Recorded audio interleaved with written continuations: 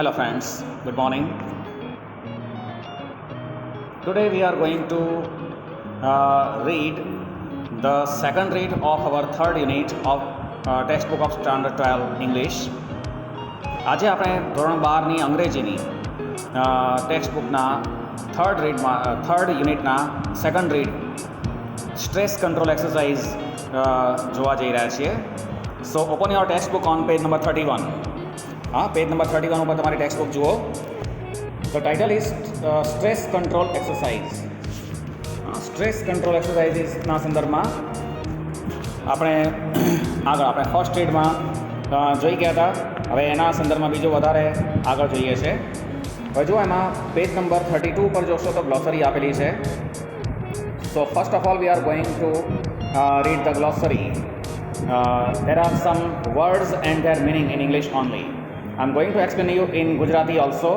So note down in your textbook directly. બરાબર, તમે તમારી ટેક્સ્ટબુકમાં પણ એના અર્થ તમને જે યોગ્ય લાગતા હોય એ લખી નાખશો, જેથી તમને વાંચવામાં અનુકૂળ રહે.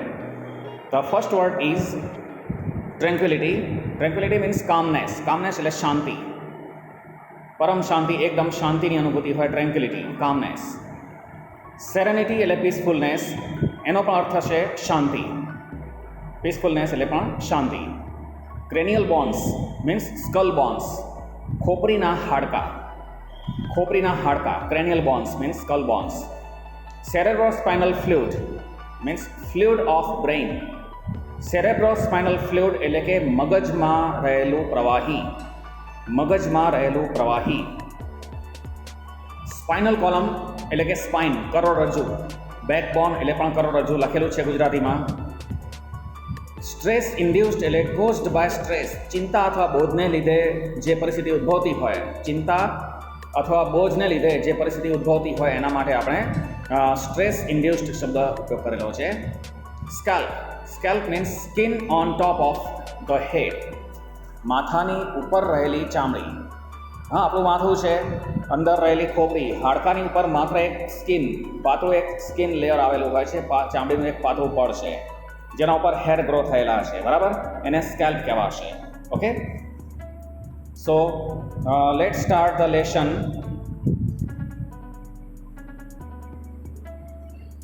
Here is second read stress control exercise, page number 31. તમે તમારી ટેક્સ્ટબુકમાં પેજ નંબર 31 ઉપર જુઓ. Short meditation.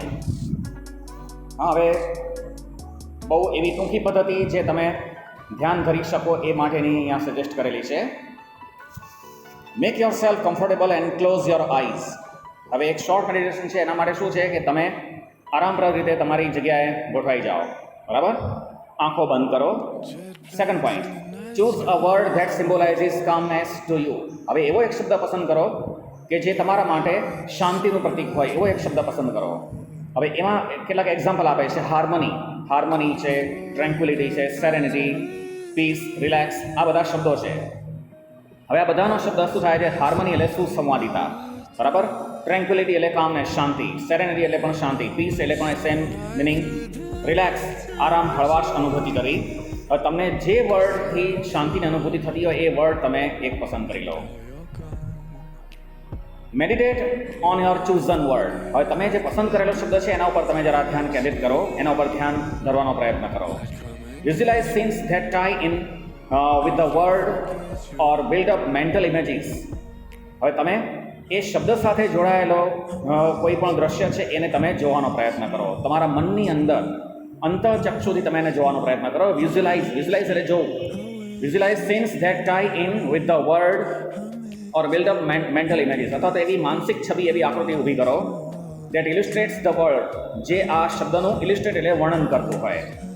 You can also spend some time imagining what it would feel like if you experienced harmony or tranquillity inside yourself. તમે એવી ધારણા કરવામાં થોડો સમય પસાર કરો. યુ કેન ઓલ્સો સ્પેન્ડ એટલે વિતાવવું, ગાળવું. You can also spend some time imagining એટલે ધારણા કરવી. Imagining what it would feel like if you experienced harmony or tranquility inside yourself. તમે તમારી અંદર હાર્મની એટલે સુસંવાદિતા, ટ્રેન્ક્વિલિટી એટલે શાંતિનો અનુભવ કરતા હોય ત્યારે તમે કેવા પ્રકારનો ફીલ કરો છો એવી એક ધારણા કરો. બરાબર. આ એક મેન્ટલ એક્સરસાઇઝ કહી શકાય, માનસિક એવી એક એક્સરસાઇઝ છે જે તમને રિલેક્સ ફીલ કરવા માટે ઉપયોગી છે. હવે એક બીજી સિસ્ટમ આપેલી છે, બીજી એક પદ્ધતિ આપેલી છે, શોર્ટ મેડિટેશન 2. હવે એમાં શું આપી છે જુઓ. Pick a material such as dress fabric, a stone, a piece of wood or anything else that appeals to you.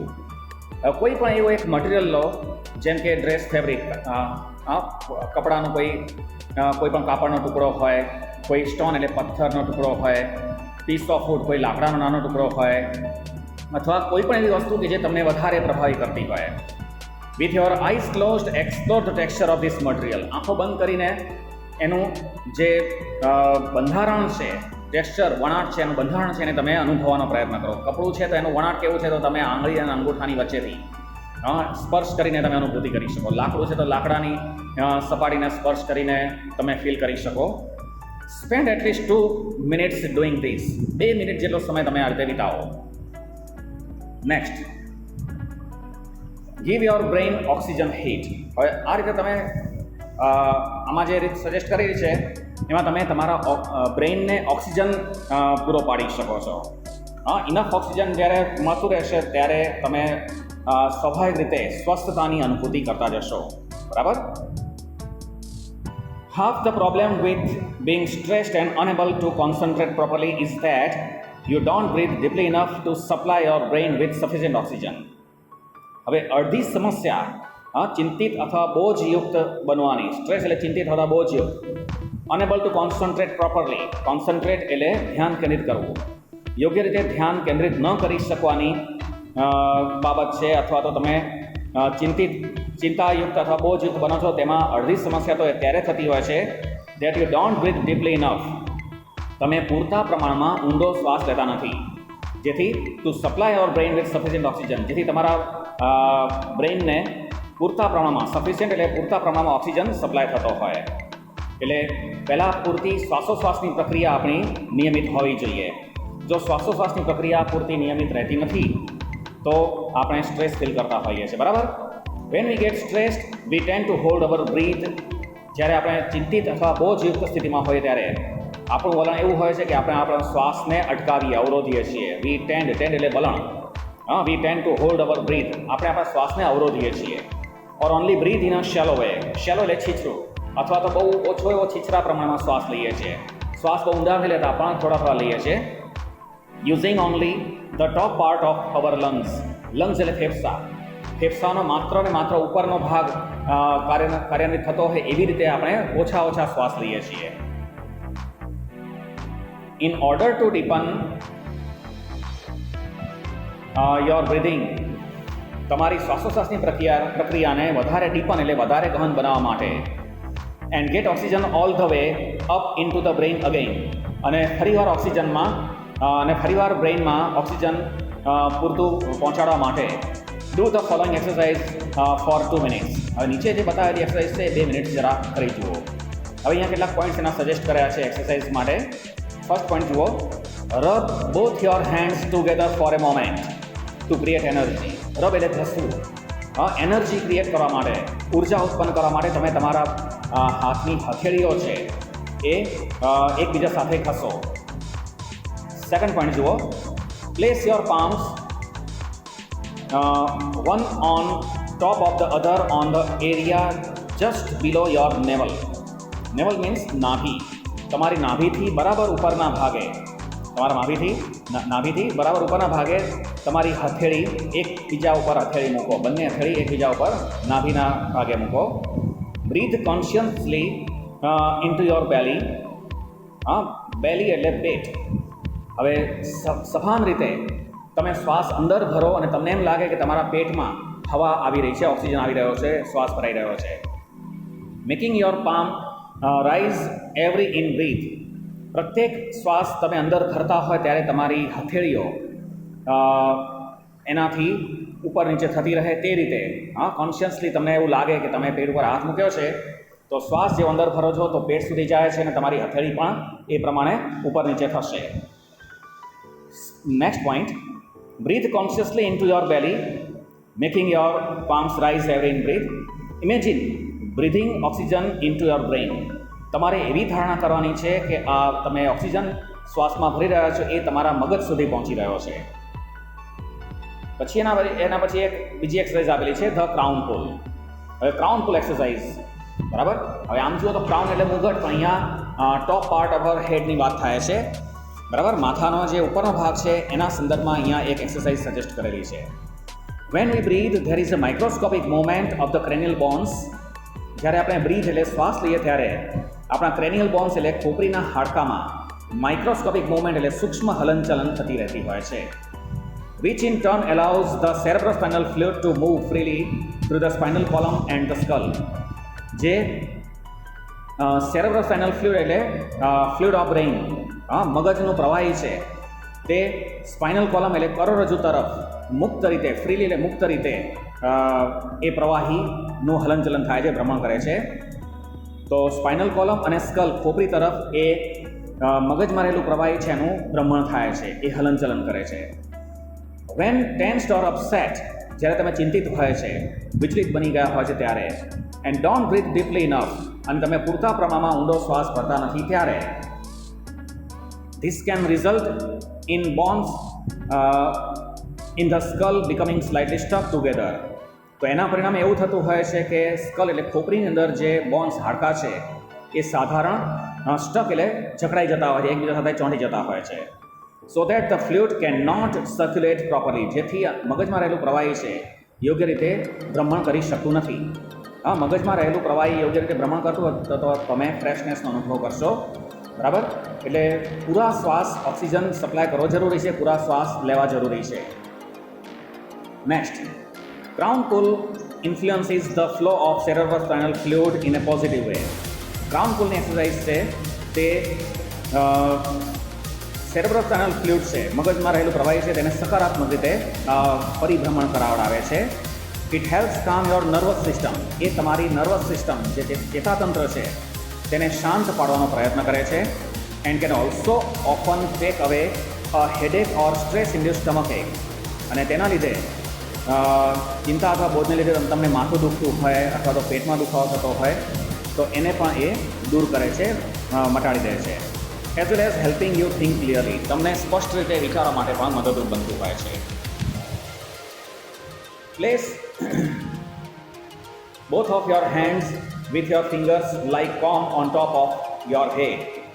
હવે તમારા બંને હાથ છે એની આંગળીઓ માથાની ટોચ ઉપર પોમ એટલે દાંતિયાની જેમ એકબીજામાં પરોવાયેલી હોય ને એ રીતે દાંતિયાની જેમ બંને બાજુ આ રીતે તમારે મૂકવાનું છે, બરાબર. બંને બાજુ તમે હાથની આંગળીઓ માથા ઉપર બંને તરફ મૂકવાની છે.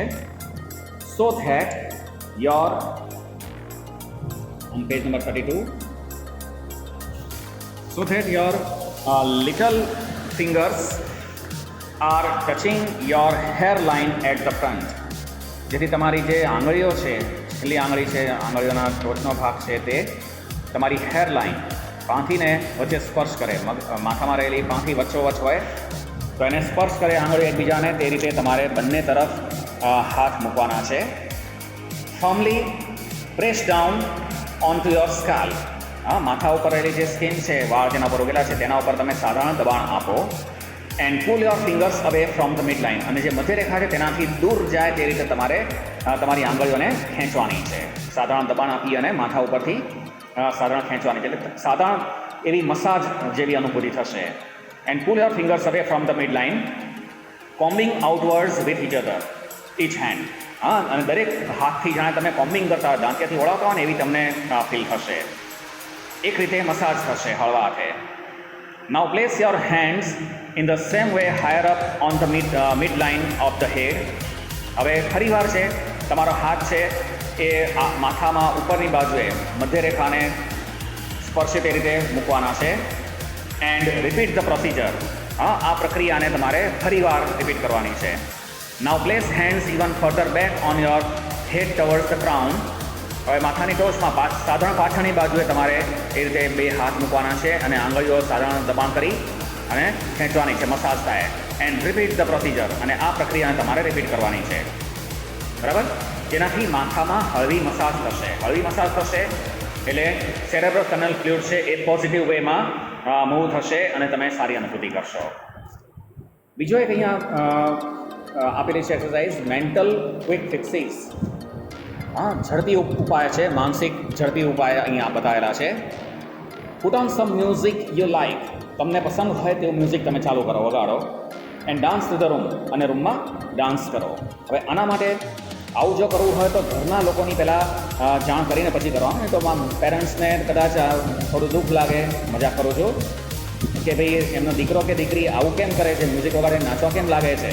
પણ એમને પહેલાં વિશ્વાસમાં લઈ લેવાના તમારે કે હું આવો પ્રયોગ કરવા જઈ રહ્યો છું.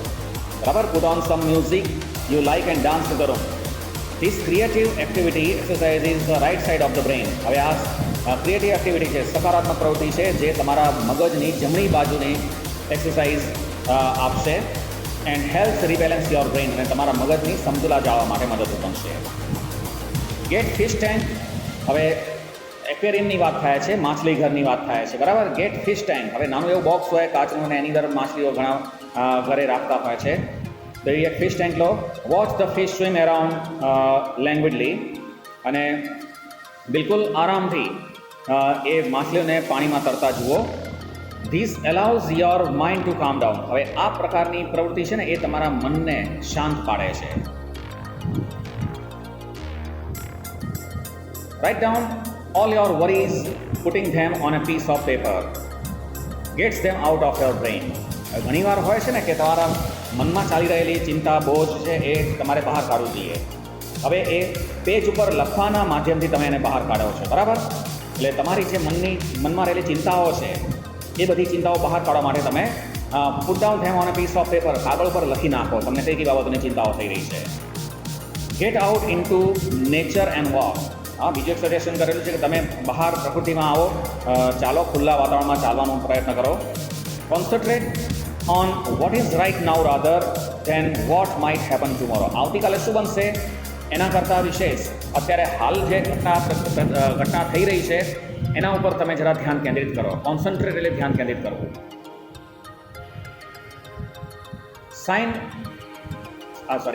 Sing in the bathtub and use the shampoo bottle as a microphone. હવે આ પણ એક પ્રયોગ છે કે તમે બાથરૂમની અંદર સ્નાન કરતી વખતે શેમ્પુ બોટલ છે એને માઇક્રોફોન તરીકે લઈ અને તમે સ્નાન કરતી વખતે ગીત પણ ગાઈ શકો છો. Nobody is perfect. કોઈ પણ વ્યક્તિ સંપૂર્ણ નથી. And who wants to be nobody, અને નોબડી બનવા પણ ઈચ્છતું હોય કોઈ નહીં. Mistakes are okay. ભૂલો તો થતી જ રહેતી હોય છે, ચાલે છે. બરાબર. ભૂલોથી આપણે પરેશ કરવાનો નથી. ભૂલો થશે પણ આપણે એને સુધારવાની છે. Delete the phrase I can't from your vocabulary. તમારા શબ્દ ભંડોળમાં આઈ કાન્ટ શબ્દ છે ને, હું ન કરી શકું, એને તમે ડિલીટ કરી નાખો, એને નાબૂદ કરી દો. કોઈ પણ બાબત તમારે મનમાં વિચારવાની નથી કે હું ન કરી શકું. It is unconstructive. કારણ કે આ બાબત છે ને રચનાત્મક નથી. કન્સ્ટ્રક્ટિવ એટલે રચનાત્મક. And blocks your view of possible solutions. અને સંભવિત ઉકેલ તરફના તમારા દ્રષ્ટિકોણને પણ એ અટકાવે છે, અવરોધે છે. Write a few lines with your other hand. હવે તમે માનો જમણા હાથે કાયમ લખતા હોય તો તમારે ઉલટા હાથે એટલે કે ડાબા હાથે લખવાનું. જો તમે કાયમ ડાબા હાથે લખતા હોય તો તમારે ઉલટા હાથે એટલે જમણા હાથે લખવાનું. This rebalances the two hemisphere of the brain. Hemisphere એટલે ગોળાર્ધ. મગજનો એક ડાબી બાજુનો ગોળાર્ધ અને જમણી બાજુનો ગોળાર્ધ. બરાબર. તો એ રીબેલેન્સ થાય છે, સમતુલા જળવાય છે. એક્સપેક્ટ ટુ બી લકી. અને તમારે એવી જ ધારણા કરવાની છે કે તમે નસીબદાર જ છો અને સારું જ નસીબ તમને પ્રાપ્ત થવાનું છે. ઓકે. એટલે પોઝિટિવ થિંકિંગ તમારે ડેવલપ કરવાનું છે.